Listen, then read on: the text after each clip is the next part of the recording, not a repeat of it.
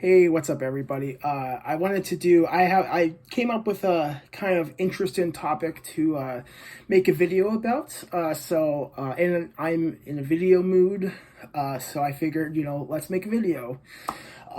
So a few things first.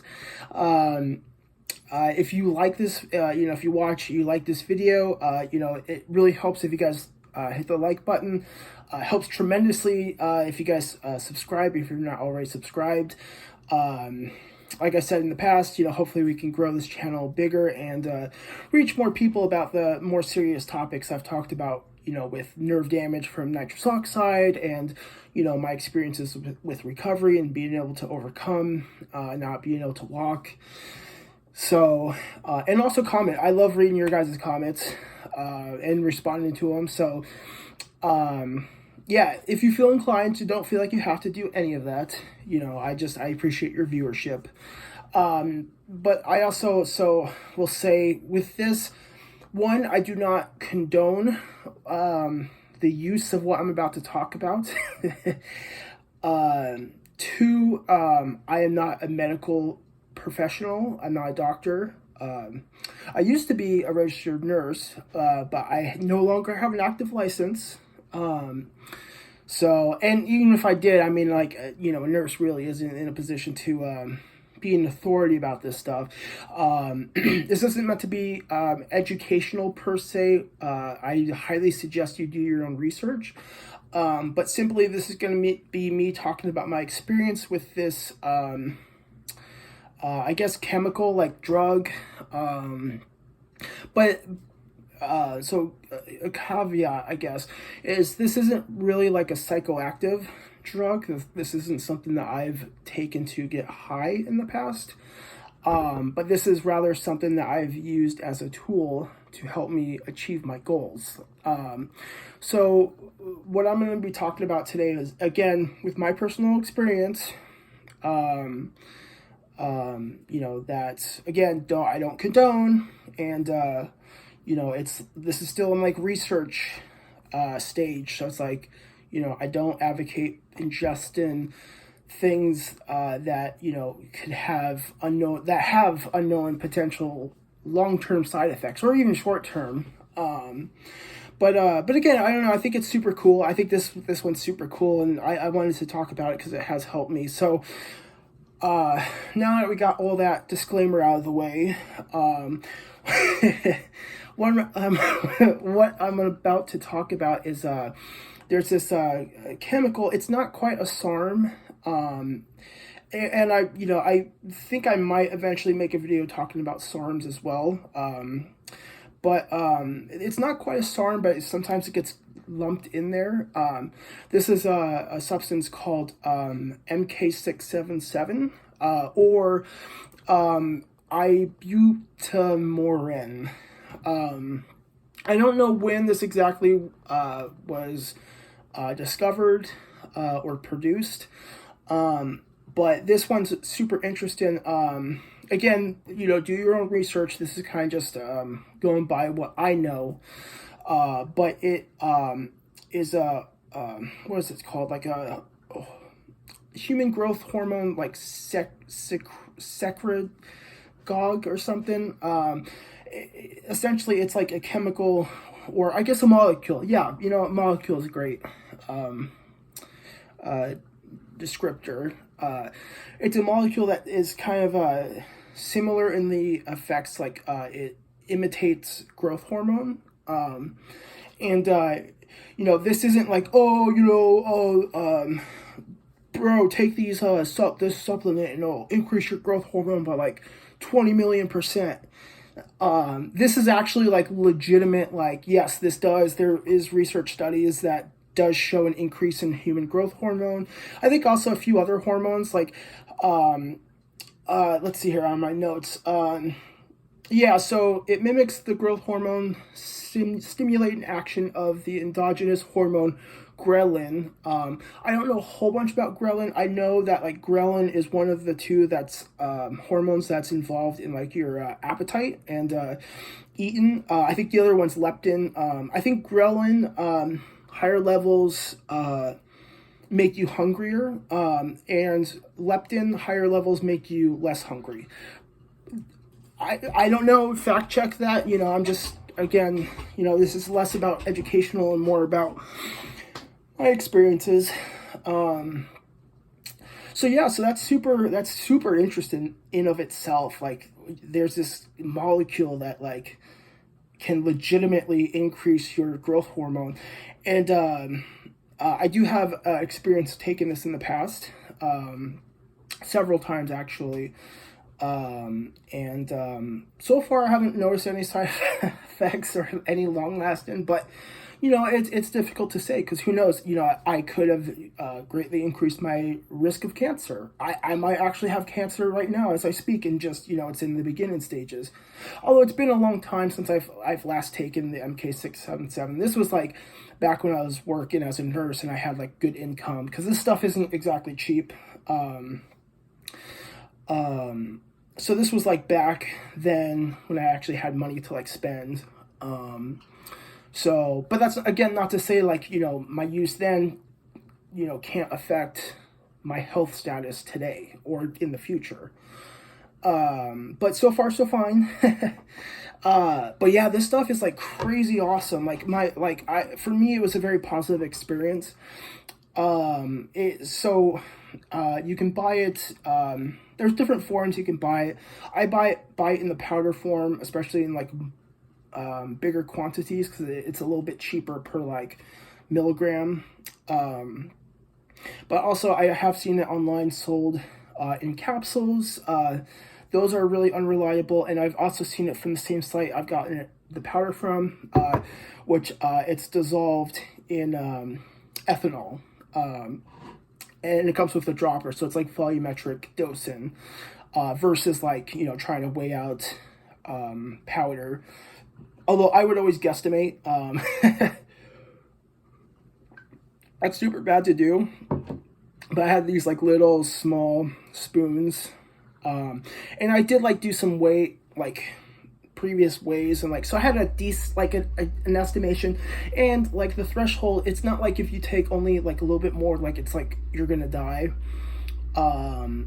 It seems like there was a pretty good threshold. I did notice stronger effects the more I took, but it wasn't anything like dangerous. So like, for me, I felt like it was okay. I felt comfortable with just kind of eyeballing it with the powder.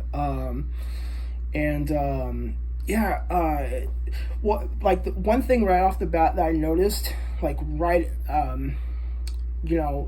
normally I would take it, I don't know like what the best dosing time is. I'm sure you could probably find it online. I took it at nighttime just because, during nighttime our growth hormone levels, I think, are in the highest, like through our sleep. So it makes sense to take it at nighttime. I've also taken it in the day, beginning of the day as well. So the first thing I've noticed is like even like a few hours after taking it, and it's orally active. You could take it sublingually. That's a little more effective, I think, but it's active orally, which is nice. You don't have to inject it or subcutaneous or anything like that. Even a few hours after taking it, appetite goes like way up. Get super hungry, which makes sense because, like I said, it mimics that hormone ghrelin. So that's going to elevate, tell your body like, hey, we need fuel, we need food. But the beautiful thing is like, I could eat more, but it was nice because like as long as I was training hard, it would, like, I wouldn't gain body fat. Like most of it like just ended up becoming lean muscle tissue, which is kind of like what part of what growth hormone does. Like it kind of gives you that like more youthful, or like just that I don't know, it's just nice. It's like, it's like can help you lean out but also get more muscular at the same time. I think also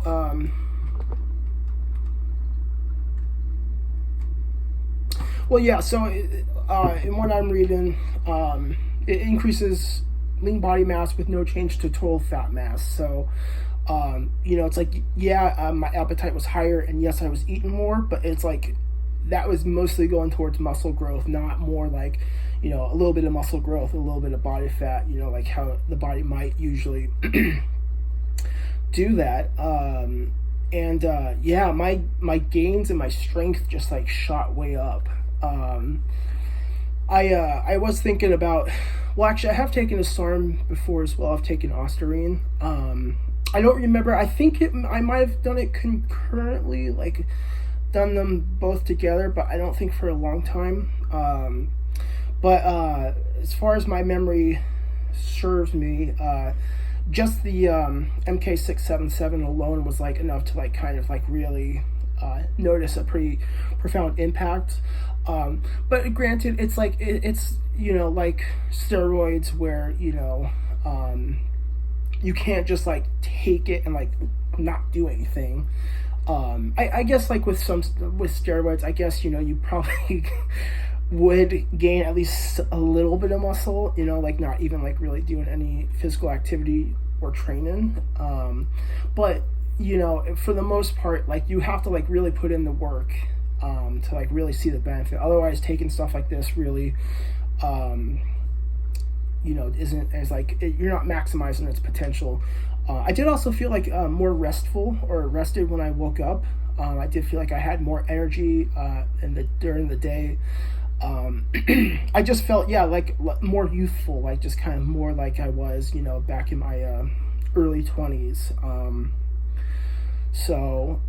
Yeah, it was pretty good. I know I'm in recovery, but at some point when I do get money, I probably will buy and take more of it sometime in the future, just because it was so beneficial for me.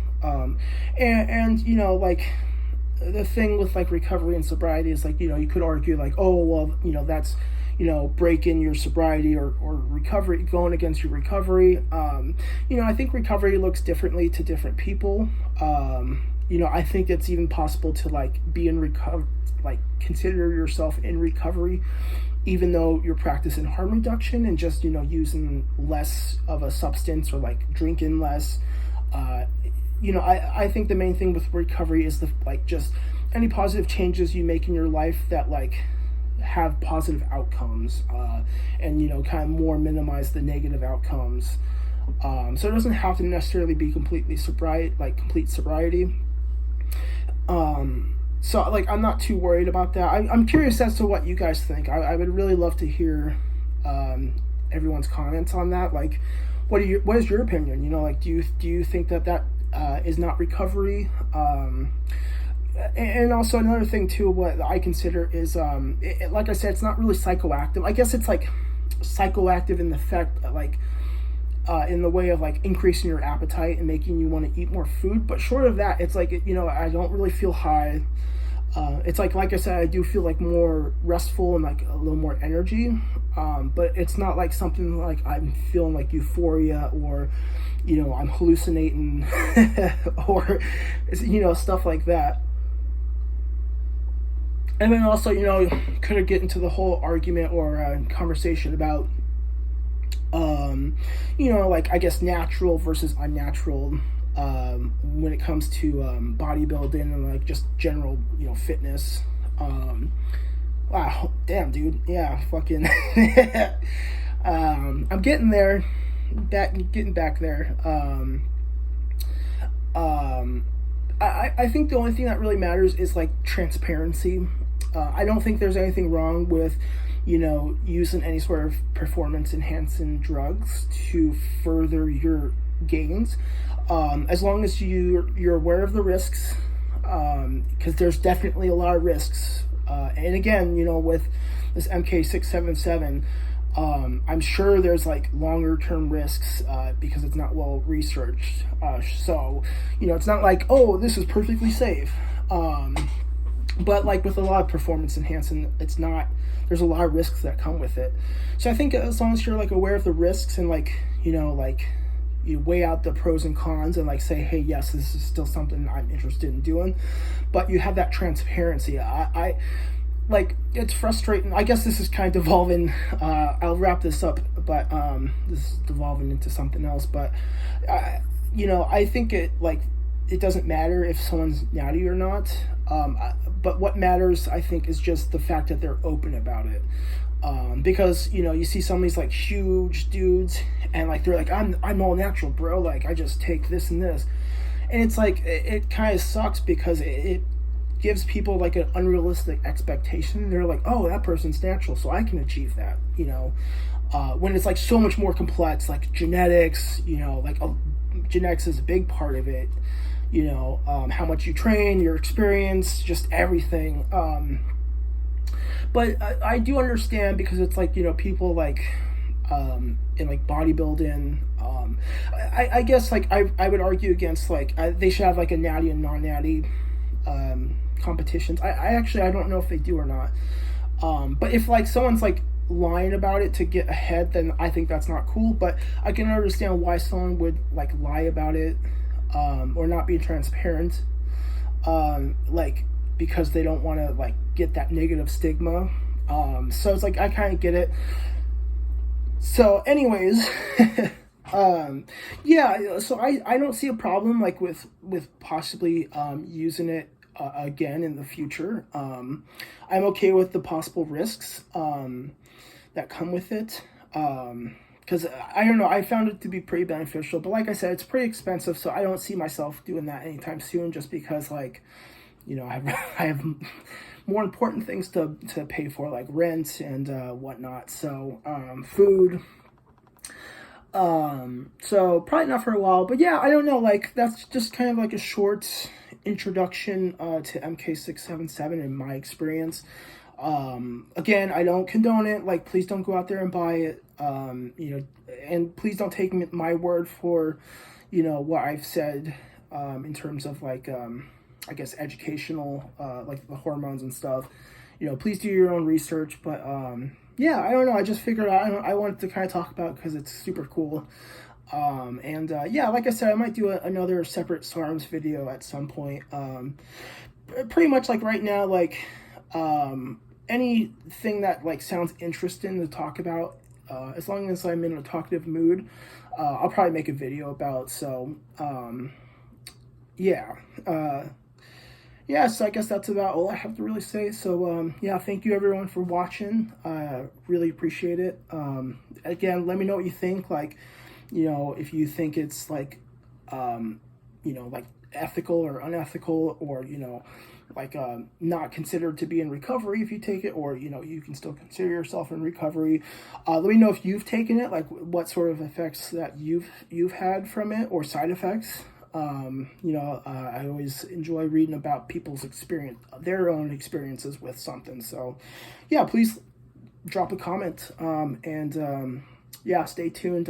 Thank you guys for watching. I'll see you next time.